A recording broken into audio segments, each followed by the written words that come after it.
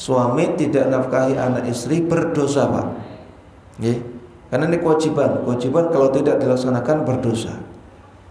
Hadis riwayat Abu Daud, Ibnu Hibban dan yang lainnya, hadisnya dihasankan oleh Syekh Al-Albani. Ya, maka berdosa. Oleh karena itu boleh kalau jenengan punya anak perempuan, ada yang melamar, boleh menanyakan soal nafkah, soal gaji. Mas, kamu mau lamar anak saya, oke. Kamu bisa nafkahi berapa? Gaji kamu berapa? Boleh. Sebagaimana Rasulullah SAW datang seorang sahabiah namanya Fatimah bintu Qais. Fatimah bintu Qais ini wanita yang cantik. Dilamar oleh dua orang sahabat. Saking cantiknya ngelamar dua. Yang pertama namanya Muawiyah bin Abi Sufyan. Yang kedua namanya Abul Jaham. Maka Fatimah bintu Qais bingung pilih yang mana. Beliau datang kepada Rasulullah SAW, wahai Rasulullah, saya dilamar dua orang. Yang satu Muawiyah, yang satu Abul Jaham. Gimana Rasulullah? Maka kata Rasulullah SAW, ya Fatimah, amma Muawiyah fasa'luk.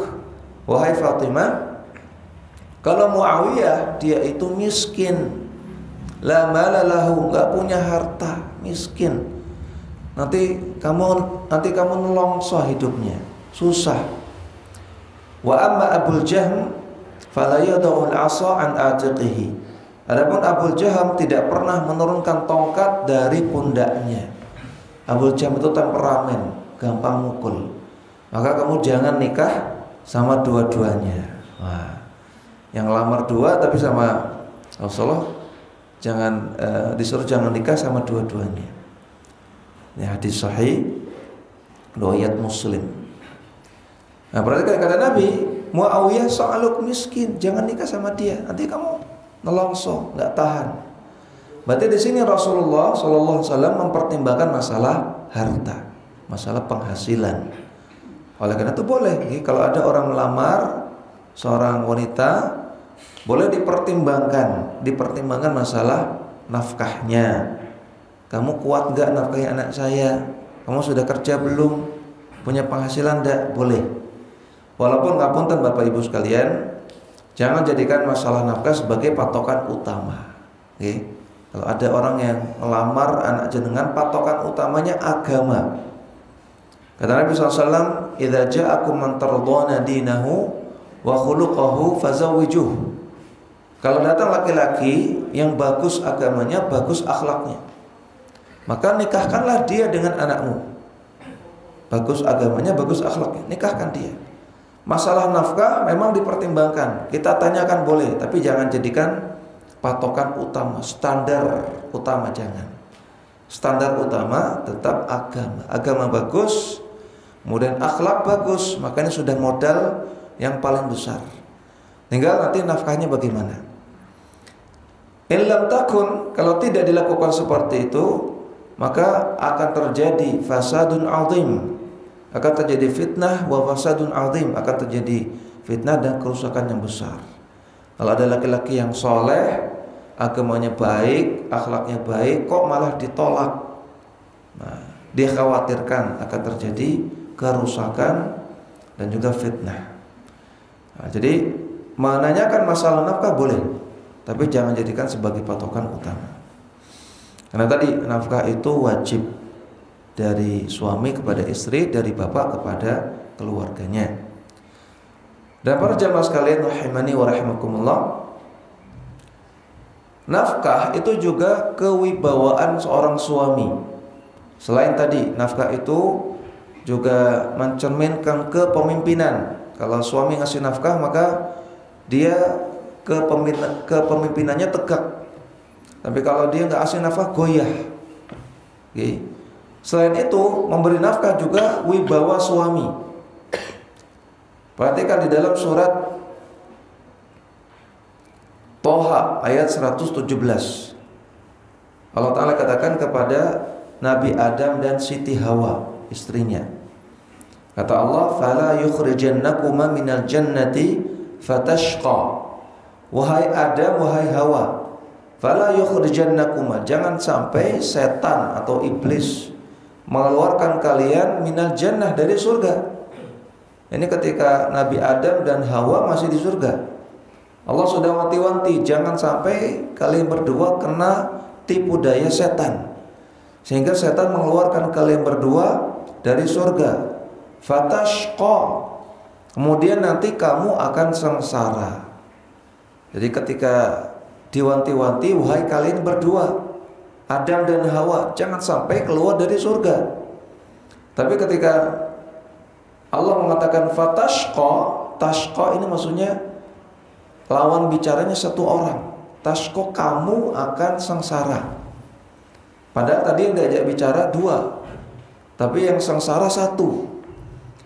Kata Imam Al-Baghawi ketika menafsirkan ayat ini isyarat bahwasanya ketika Allah ajak bicara Nabi Adam dan Siti Hawa di surga, maka ini pembicaranya kepada dua orang, Adam dan Hawa. Jangan sampai kalian keluar dari surga. Tapi ketika andaikan mereka berdua turun ke dunia, keluar dari surga turun ke dunia, yang sengsara satu, yaitu siapa? Nabi Adam. Tashqa, engkau akan sengsara, satu, Nabi Adam. Kenapa? Karena ketika turun ke dunia, Nabi Adam harus cari nafkah, harus kerja. Kalau di surga, Nabi Adam nggak perlu cari nafkah, semua sudah ada. Tapi kalau mereka turun ke dunia, yang sengsara satu, bukan dua. Yang sengsara Nabi Adam alaihissalam, karena dia yang harus cari nafkah. Siti Hawa sebagai istri tidak wajib mencari nafkah. Ini penjelasan Al-Imam Al-Baghawi rahimahullah.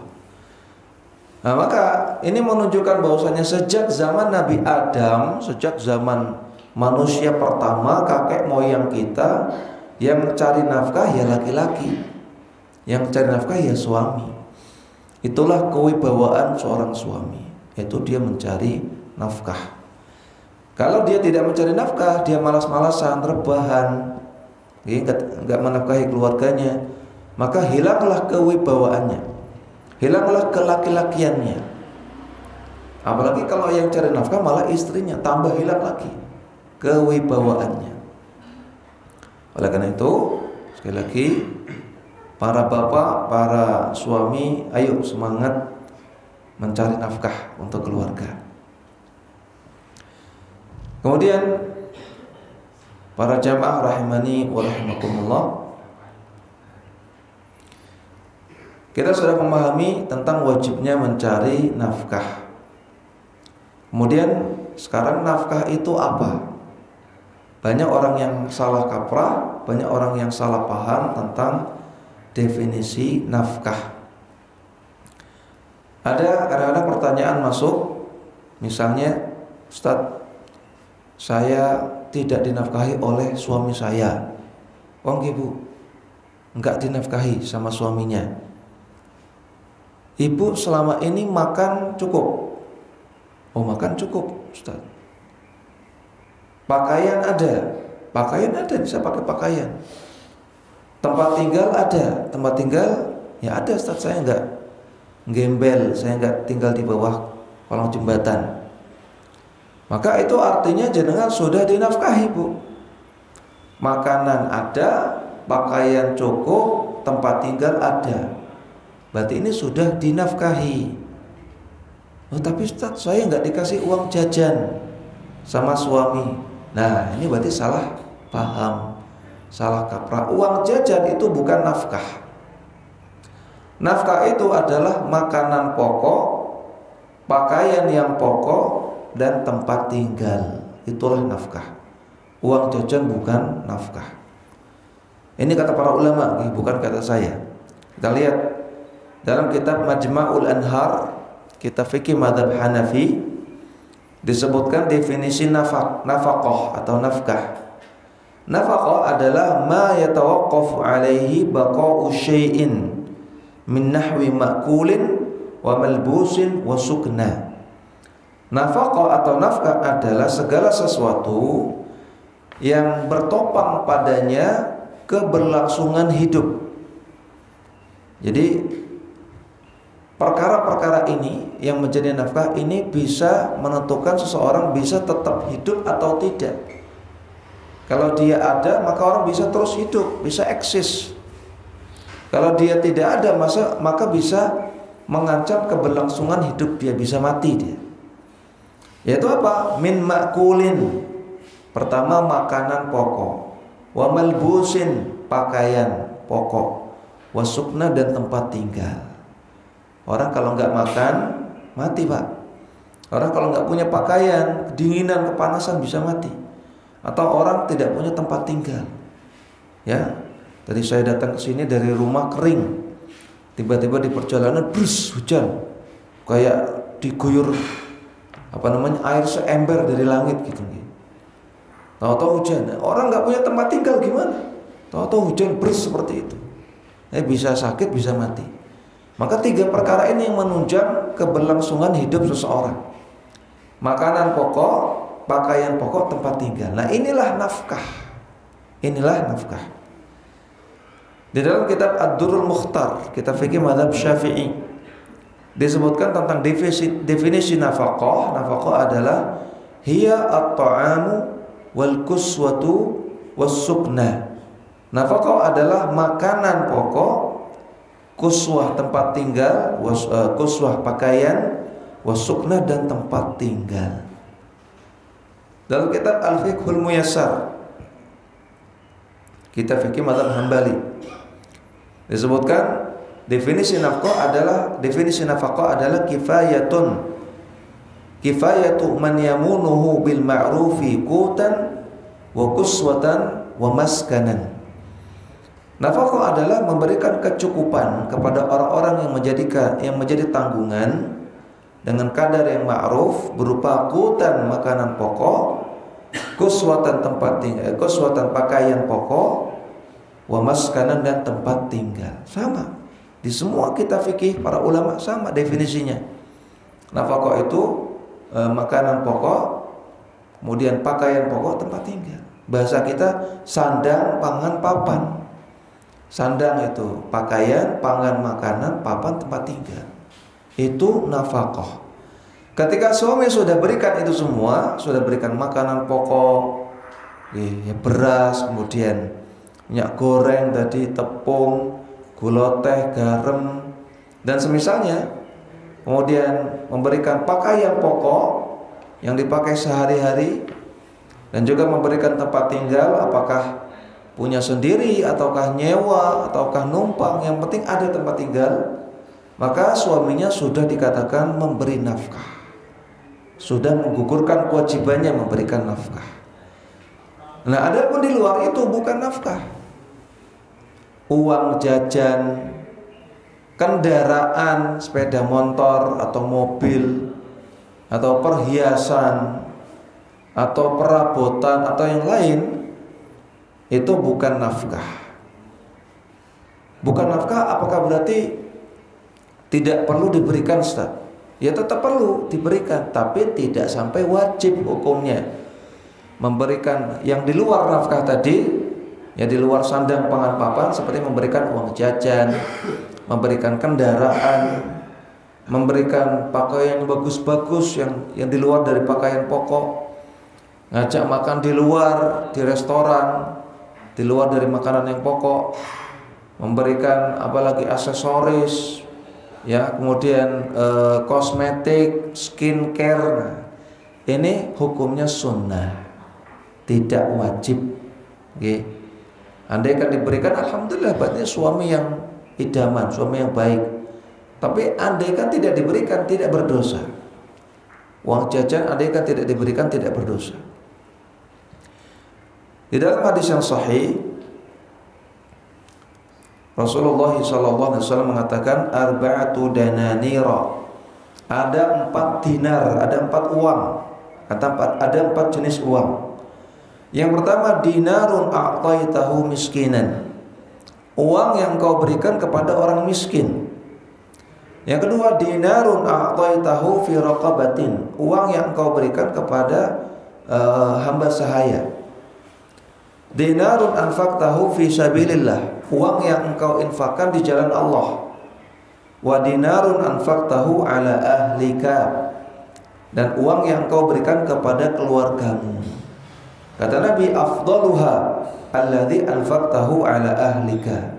Yang paling afdal, yang paling utama, yang paling besar pahalanya adalah uang yang engkau berikan kepada keluargamu. Kepada keluarga. Ini hadis sahih riwayat Al-Bukhari dalam Al-Adabul Mufrad, disahihkan oleh Syekh Al-Albani. Sedekah kepada keluarga, pemberian kepada keluarga ini jauh lebih berharga, jauh lebih afdal daripada sedekah kepada orang miskin, daripada membebaskan budak, daripada jihad fisabilillah. Bayangkan, jadi di luar dari nafkah yang wajib, itu hukumnya sunnah, dan ini lebih utama daripada sedekah kepada orang miskin.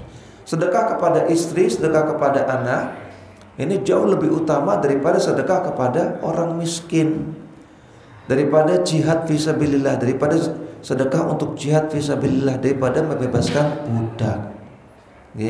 Jadi walaupun gak wajib tetap dilakukan, kasih uang jajan, kasih kendaraan, kasih perhiasan dan lain-lain, seperti itu.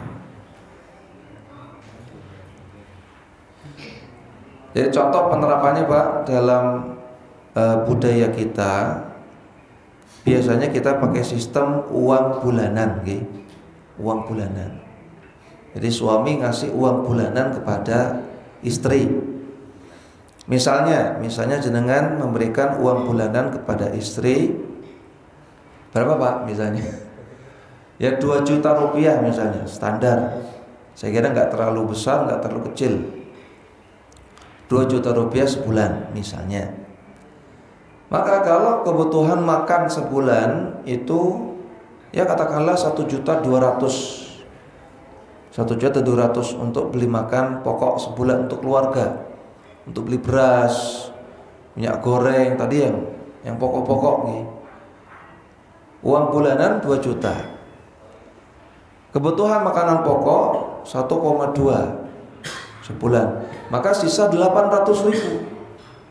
Ya, 2 juta kurangi 1,2, sisa 800.000. 800.000 ini statusnya adalah sedekah pada istri. 1,2 statusnya nafkah yang wajib, 800.000 statusnya sedekah yang sunnah.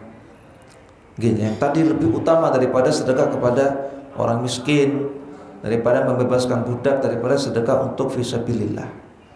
Yang contoh penerapannya. Adapun pakaian pokok yang berupa nafkah dalam mazhab Hambali. Dalam mazhab Hambali pakaian pokok itu minimal dalam 1 tahun 2 potong pakaian, 2 pakaian yang menutupi dari ujung rambut sampai ujung kaki untuk istri. Jadi 1 pakaian yang wajib diberikan kepada istri ini tidak harus 1 potong, tapi harus pakaian yang menutupi aurat dari ujung rambut sampai ujung kaki. Itu baru menggugurkan kewajiban nafkah pakaian. Dan 1 tahun 2 pakaian, 2 pakaian yang menutupi dari ujung rambut sampai ujung kaki. Dalam mazhab Syafi'i, pakaian pokok itu 1 pakaian per tahun. Mazhab Hambali 2 pakaian per tahun. Mazhab Syafi'i 1 pakaian per tahun wajib diberikan kepada istri, 1 pakaian per tahun. Dan ini nggak mesti pas lebaran, nggak harus nunggu lebaran. Pokoknya 1 pakaian per tahun. Kecuali istrinya ridho, tidak dibelikan pakaian, nggak apa-apa mas, pakaian yang ada sudah cukup, ini masih bagus, nggak perlu beli pakaian baru. Nah ini istri idaman Pak. Nah kalau istrinya nggak bilang seperti itu, maka wajib berikan pakaian. Jadi ibu-ibu nggak ibu, yang tahun ini belum dapat pakaian baru, nah monggo ditagih Bu. Nanti bisa diajak ke Matahari, nopo ke Ramayana. Ini kewajiban suami, 1 pakaian per tahun minimal. Adapun tempat tinggal itu yang penting tersedia tempat tinggal. Tidak harus punya sendiri. Boleh punya sendiri, boleh nyewa, ngontrak gitu nggih. Nopo numpang mertua, nopo pinjam saudara. Yang penting ada. Yang penting keluarganya tidak terlantar. Tidak terkatung-katung di jalan. Yang penting ada tempat tinggal. Maka ketika sudah tersedia tempat tinggal, sudah terpenuhi nafkah tempat tinggal. Jadi ini definisi nafkah. Nafkah itu sandang, pangan, papan. Di luar dari itu tidak wajib memberikan nafkah.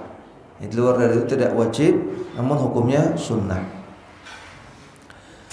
Kemudian salah kaprah yang selanjutnya, sebagian suami beranggapan kalau istrinya itu sugih, kalau istrinya itu kerja, punya gaji sendiri, maka suaminya tidak wajib memberikan nafkah. Ini keliru, nggak benar sama sekali. Karena memberikan nafkah itu kewajiban suami. Dan ini kehormatan suami, wibawa suami tadi. Sejak zaman Nabi Adam yang memberikan nafkah suami. Memang seperti itu kodratnya suami. Walaupun istri sugih, walaupun istri punya gaji sendiri, tetap wajib kasih nafkah. Tidak hilang kewajiban itu. Tidak hilang. Suami tidak wajib memberikan nafkah hanya dalam satu keadaan. Nah, coba disimak baik-baik, Pak. Ini penting, Pak. Kapan suami tidak wajib memberikan nafkah? Yaitu ketika istrinya sugih dan dia tidak menuntut. Nah, istrinya sugih dan dia tidak menuntut nafkah. Maka ketika itu suami gugur kewajibannya memberikan nafkah. Gak wajib ngasih nafkah. Misalnya istrinya mengatakan, "Mas, sudah toh jenengan gak usah capek-capek kerja, gak usah cari nafkah. Hartaku cukup mas untuk 7 turunan." Oh, ini kata istrinya. Yang penting jenengan ngomong aku, yang penting jenengan ngomong istri, ngomong anak, dah, gak usah kerja. Nah, ketika itu baru gak wajib cari nafkah. Senang Pak kalau punya istri seperti ini, Pak? Senang gak? Pengen punya istri seperti ini? Cuman di mimpi, Pak. Sinetron. Gak ada, Pak. Nah, ini kalau seperti itu baru gak wajib cari nafkah. Ini kata para ulama, bukan kata saya. Tapi kalau istrinya sugih atau dia punya gaji sendiri, namun dia tetap menuntut, "Mas, tetap kamu wajib nafkahi saya. Saya pengen dinafkahi." Maka suaminya tetap cari nafkah. Walaupun gaji istrinya lebih besar daripada gaji suaminya, tetap kasih nafkah semampu dia. Walaupun kecil, walaupun sedikit, tetap memberikan nafkah. Tidak gugur kewajiban memberikan nafkah. Nah, jadi nggak benar, bahwasanya kalau istri itu sugih, kemudian punya gaji sendiri, kemudian tidak wajib cari nafkah. Dan perlu dipahami bahwasanya gaji istri dan juga harta istri, maka itu milik istri, bukan milik bersama. Gak boleh seorang suami itu ngonek-ngonek hartanya istri, mengambil hartanya istri, gak boleh. Mencampuri hartanya istri gak boleh, sama sekali gak boleh. Ingat, harta seorang muslim itu suci dan terjaga. Nabi mengatakan, "Inna amwalakum wa dima'akum wa a'radakum haramun alaikum." Sesungguhnya harta kalian, kemudian kehormatan kalian dan darah kalian itu haram atas sesama kalian. Gak boleh diambil. Walaupun itu harta istri sendiri, gak boleh. Istri dapat warisan dari simbahnya misalnya, atau dapat gusuran jalan tol misalnya, dapat 3M, maka uang 3M ini milik istri. Gak boleh suami ngonek-ngonek, gak boleh mencampuri, gak boleh ngambil sama sekali, kecuali istrinya mengizinkan, kecuali istrinya ridho. Kalau gak ridho, namanya nyuri, gak boleh. Walaupun itu harta istri sendiri, bukan milik bersama, itu milik istri. Jadi kalau istri kerja, dia dapat gaji, maka itu harta istri, milik istri, gak boleh dionek-onek, gak boleh diambil sama sekali. Nah, kalau istrinya memang sukarela, "Mas, jenengan ngasih nafkah wajib, tapi nggak usah banyak-banyak, tak bantu. Ya. Jenengan cukup kasih nafkah kepada saya, misalnya 1 juta sebulan. Nanti untuk keperluan sisanya tak bantu. Maka ini boleh seperti itu, kerjasama boleh. Tapi pada prinsipnya yang wajib itu suami. Kalau istri bantu untuk kebutuhan sehari-hari, untuk operasional rumah tangga, monggo silakan. Ini juga termasuk sedekah istri kepada suami.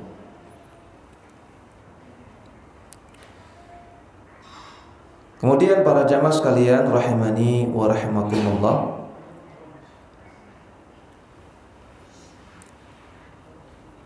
nafkah kepada anak ini juga perlu dipahami. Nafkah kepada anak perempuan itu wajib bagi seorang ayah, wajib bagi seorang bapak, sampai anak perempuan ini menikah. Kalau dia nikahnya umur 30, ya wajib sampai umur 30 tahun dinafkahi.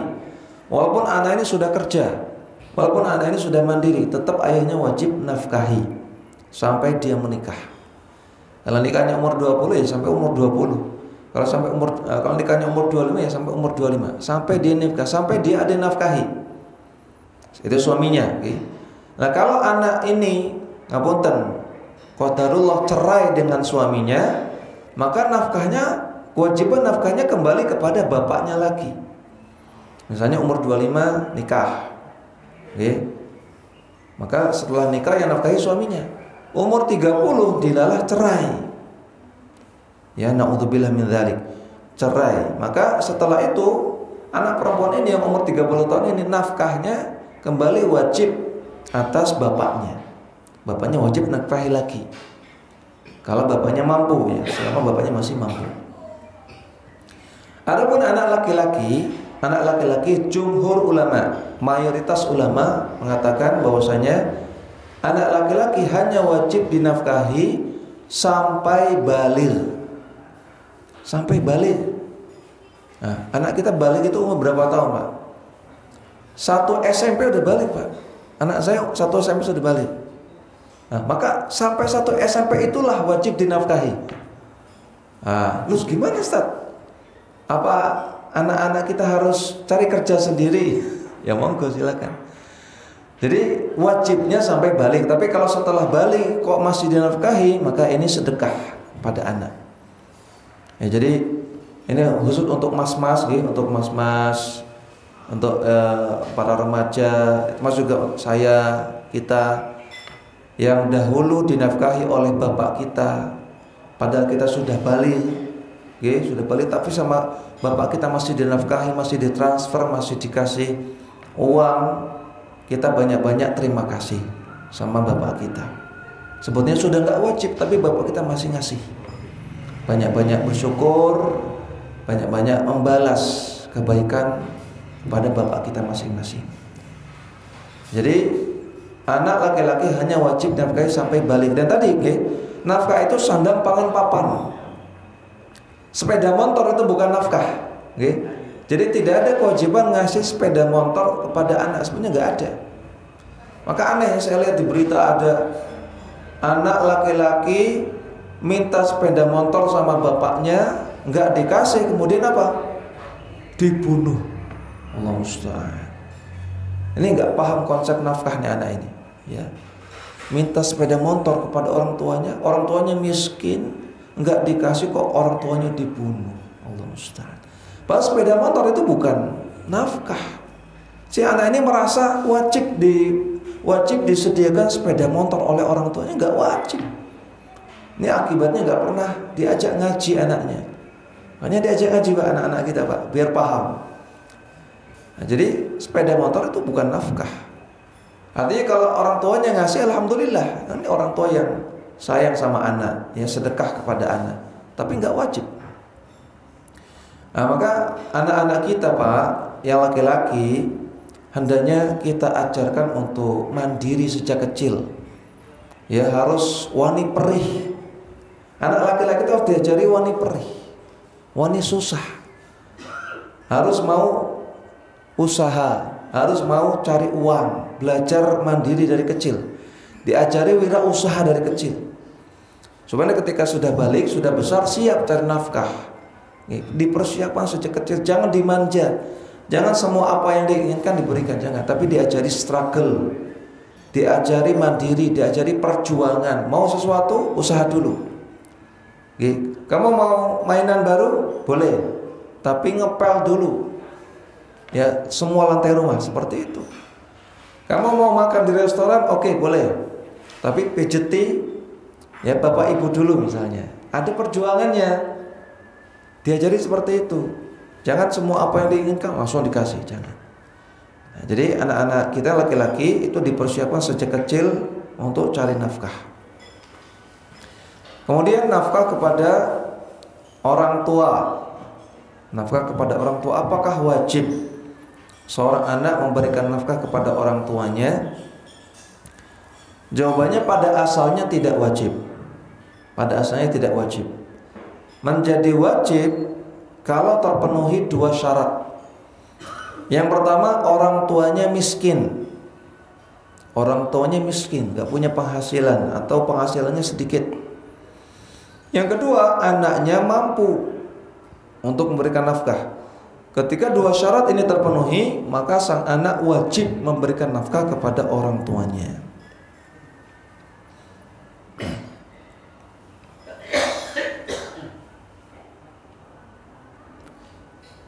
Dalilnya, diantara dalilnya surat Al-Baqarah ayat 233. Allah Subhanahu wa taala berfirman, wa 'alal mauludi lahu rizquhunna wa kiswatuhunna bil ma'ruf.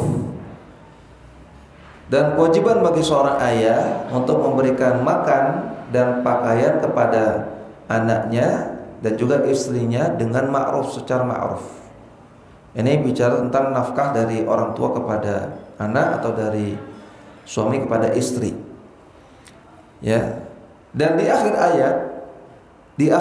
ayat surat Al-Baqarah 233 kata Allah Subhanahu wa taala, wa 'alal warithi mithlu dzalik. Dan kepada ahli waris, kepada karib kerabat juga punya kewajiban itu. Karib kerabat, sedulur, saudara itu punya kewajiban saling memberikan nafkah. Dan karib kerabat yang paling dekat hubungannya ya jelas antara anak kepada orang tua. Maka anak wajib memberikan nafkah kepada orang tuanya. Di dalam hadis Rasulullah SAW bersabda tentang nafkah, beliau katakan, ibda binafsika, mulailah nafkahi dirimu sendiri. Fa in fadala syai'un fali ahlika, kalau masih ada lebihnya maka nafkahi keluargamu. Fa in fadala syai'un an ahlika falidhi qarabatika, kalau kamu sudah nafkahi diri kamu, sudah nafkahi keluarga kamu, anak istri, dan masih ada lebihnya, maka nafkahi karib kerabatmu, sedulurmu. Fa in fadala an dhi qarabatika syai'un fahakadha wa hakadha, kalau kamu sudah nafkahi diri kamu sendiri, anak istri sudah, karib kerabat sudah, baru kamu nafkahi yang lain, anak yatim, fakir miskin, tetangga dan lainnya. Hadis sahih riwayat Muslim. Maka perhatikan kata Rasulullah, kalau sudah nafkahi diri sendiri, anak istri, selanjutnya adalah sedulur, orang yang punya hubungan keluarga. Yang paling dekat ya orang tua. Maka anak wajib nafkahi orang tua. Kalau terpenuhi dua syarat tadi, orang tuanya miskin dan anaknya mampu. Kalau orang tuanya kaya raya, maka anak gak wajib nafkahi. Kalau orang tuanya kaya raya, atau orang tuanya miskin, anaknya juga miskin, maka ini juga anaknya tidak wajib nafkahi. Wajib nafkahi kalau orang tuanya miskin dan anaknya mampu untuk menafkahi. Adapun selain atau di luar itu, anak kepada orang tua itu sedekah. Jadi kalau orang tuanya kaya, ya orang tuanya kaya raya, maka tidak wajib nafkahi, tapi anak hendaknya kasih sedekah kepada orang tua. Ini bentuk birrul walidain, berbakti kepada orang tua. Walaupun gak wajib, tapi sedekah, kasih hadiah, kasih kue, mungkin kasih baju, mungkin kasih makanan yang disukai orang tua, atau kasih transferan setiap bulan, itu nilainya sedekah, statusnya sedekah. Kalau orang tua memang tidak miskin.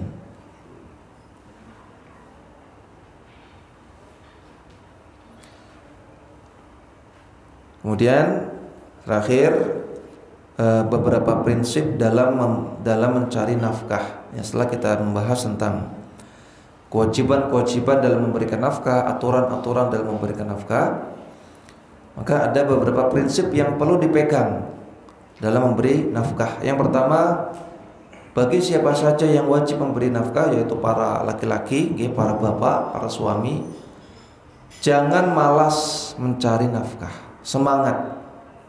Karena mencari nafkah itu kewajiban, berarti ini perbuatan yang diperintahkan dalam syariat. Kalau orang melakukan perbuatan yang diperintahkan dalam syariat, maka itu perbuatan yang berpahala. Ada pahalanya, Pak. Kalau jenengan niatkan cari nafkah itu untuk menunaikan kewajiban dari agama, maka itu berpahala. Jenengan kerja di kantor, jenengan jualan, jenengan pontang-panting di luaran, keringetan, capek dan lain-lain, itu berpahala semua. Jangan khawatir, maka jangan malas, jangan loyo, jangan lemas. Kata Nabi SAW, ihris ala ma yanfa'uka wasta'in billahi wala ta'jaz.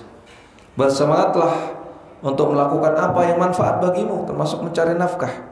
Wasta'in billah, mintalah pertolongan kepada Allah, wala ta'jaz, jangan lemah, jangan malas. Hadis sahih riwayat Muslim. Dalam hadis riwayat Ibnu Majah, Rasulullah SAW pernah ketemu dengan seorang sahabat Nabi yang tangannya itu kapalan, tangannya kasar. Karena apa? Karena dia sregep kerja. Ya mungkin kerjanya kerja kasar, jadi tangannya ikut kasar, kapalan. Maka Nabi katakan, ini adalah tangan yang dicintai oleh Allah dan Rasulnya. Tangan yang dicintai oleh Allah dan Rasulnya, tangan yang rajin kerja. Kemudian Rasulullah SAW pernah mengatakan, inna atyaba kasbir rajuli min yadihi. Sebaik-baik hasil jerih, sebaik-baik penghasilan seseorang adalah hasil jerih payah tangannya sendiri. Jadi nafkah, penghasilan yang kita hasilkan dari hasil kerja tangan kita, itu sebaik-baik penghasilan. Ini hadis sahih riwayat Ibnu Majah juga. Jadi jangan lemes, jangan loyo, jangan malas dalam mencari nafkah, karena itu perbuatan yang dicintai, perbuatan yang dicintai oleh Allah dan Rasulnya, dan juga berpahala. Yang kedua, jangan mencari nafkah dengan jalan yang haram. Sesulit apapun kehidupan kita, ya sesulit apapun cari nafkah, cari kerja, jangan sama sekali mencari cara yang haram. Rasulullah SAW mengatakan bahwasanya kullu lahmin nabata min suhtin fannaru aula bihi. Setiap daging yang tumbuh dari harta yang haram, maka api neraka lebih layak untuk membakarnya. Hadis riwayat At-Tirmidzi, disahihkan oleh Syekh Albani. Maka kalau jenengan memberikan nafkah kepada keluarga dari harta haram, kemudian harta haram itu dibelikan makanan jadi daging, maka kata Nabi, daging itu lebih layak dibakar dengan api neraka. Jenengan menjerumuskan anak istri jenengan dan juga diri jenengan sendiri ke dalam api neraka gara-gara harta haram. Jadi Bapak Ibu sekalian, harta haram itu akan memberikan bahaya di dunia maupun di akhirat. Di dunia, harta haram akan menghilangkan keberkahan. Menghilangkan keberkahan. Nggih, sebentar lagi, Pak. Syuruk itu setelah syuruk plus 10 menit. Nggih. Plus 10 menit. Setelah terbit plus 10 menit. Nggih. Nggih. 5. Kalau di sini 5:42 saya. Ya, ambil ancang-ancang hati-hatinya 552 nggih. Kita selesaikan 552. Jadi cari harta yang halal, nafkah yang halal. Karena harta yang haram itu berbahaya buat kita di dunia dan di akhirat. Di dunia menghilangkan keberkahan. Anak menjadi tidak manutan. Istri juga. Anak sulit diatur, nggak mau datang ke masjid, nakal, tidak berprestasi dan lain-lain. Ini bisa jadi karena harta yang haram yang diberikan oleh orang tuanya. Bahaya. Kemudian rumah tangga bisa hancur gara-gara harta yang haram. Kemudian doa-doa kita tertolak gara-gara harta yang haram. Ini mudarat, bahaya di dunia. Ini baru di dunia. Belum lagi yang lebih ngeri lagi, bahaya di akhirat. Jadi tentunya setiap perbuatan haram, perbuatan maksiat yang dilakukan oleh seseorang ada hukumannya di akhirat. Jadi harta haram ini berbahaya dunia dan akhirat. Oleh karena itu sesulit apapun kita cari nafkah, sesulit apapun kita kerja, maka jangan cari cara yang haram. Walaupun cuma dapat sedikit, yang penting berkah, yang penting halal. Yang kita cari itu keberkahannya. Nabi SAW bersabda dalam hadis yang sahih, "Man asbaha minkum mu'afan aminan fi sirbihi mu'afan fi jasadihi indahu qutu yaumihi." Kalau jenengan bangun pagi dalam keadaan aman, nggak ada yang nakut-nakuti, nggak ada yang meneror, nggak ada yang mau membunuh, aman, mu'afan fi jasadihi, sehat badannya, masih bisa aktivitas, sehat, indahu qutu yaumihi, dia punya makanan untuk hari itu, faka'annahu hizat lahud dunya, maka seakan-akan dunia ada dalam genggamannya, milik dia. Maka yang penting aman, yang penting sehat, yang penting makanan ada, udah. Walaupun sedikit, yang penting itu berkah. Daripada banyak tapi haram. Oleh karena itu, di antara prinsip yang perlu kita pegang terus adalah cari nafkah yang halal. Walaupun sedikit nggak apa-apa, yang penting halal, yang penting berkah. Daripada banyak tapi tidak berkah, memberikan bahaya di dunia dan di akhirat. Makatan ini beberapa faedah, beberapa ilmu yang bisa kita sampaikan seputar masalah nafkah.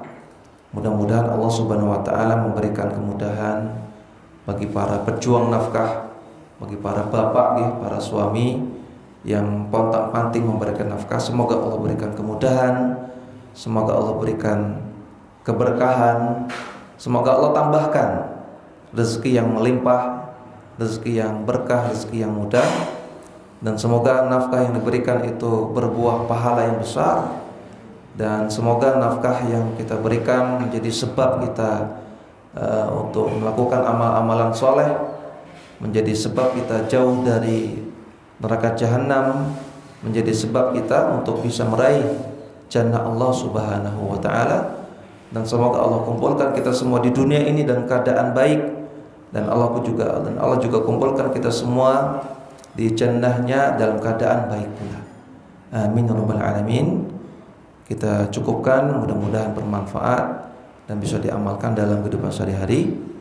Wassallallahu ala nabiyina Muhammadin wa ala alihi wa sahbihi wasallam. Wa akhiru da'wana alhamdulillahi rabbil alamin. Subhanakallahumma wa bihamdika asyhadu an la ilaha illa anta astaghfiruka wa atubu ilaik. Kita tutup dengan hamdalah. Alhamdulillahi rabbil alamin. Assalamualaikum warahmatullahi wabarakatuh.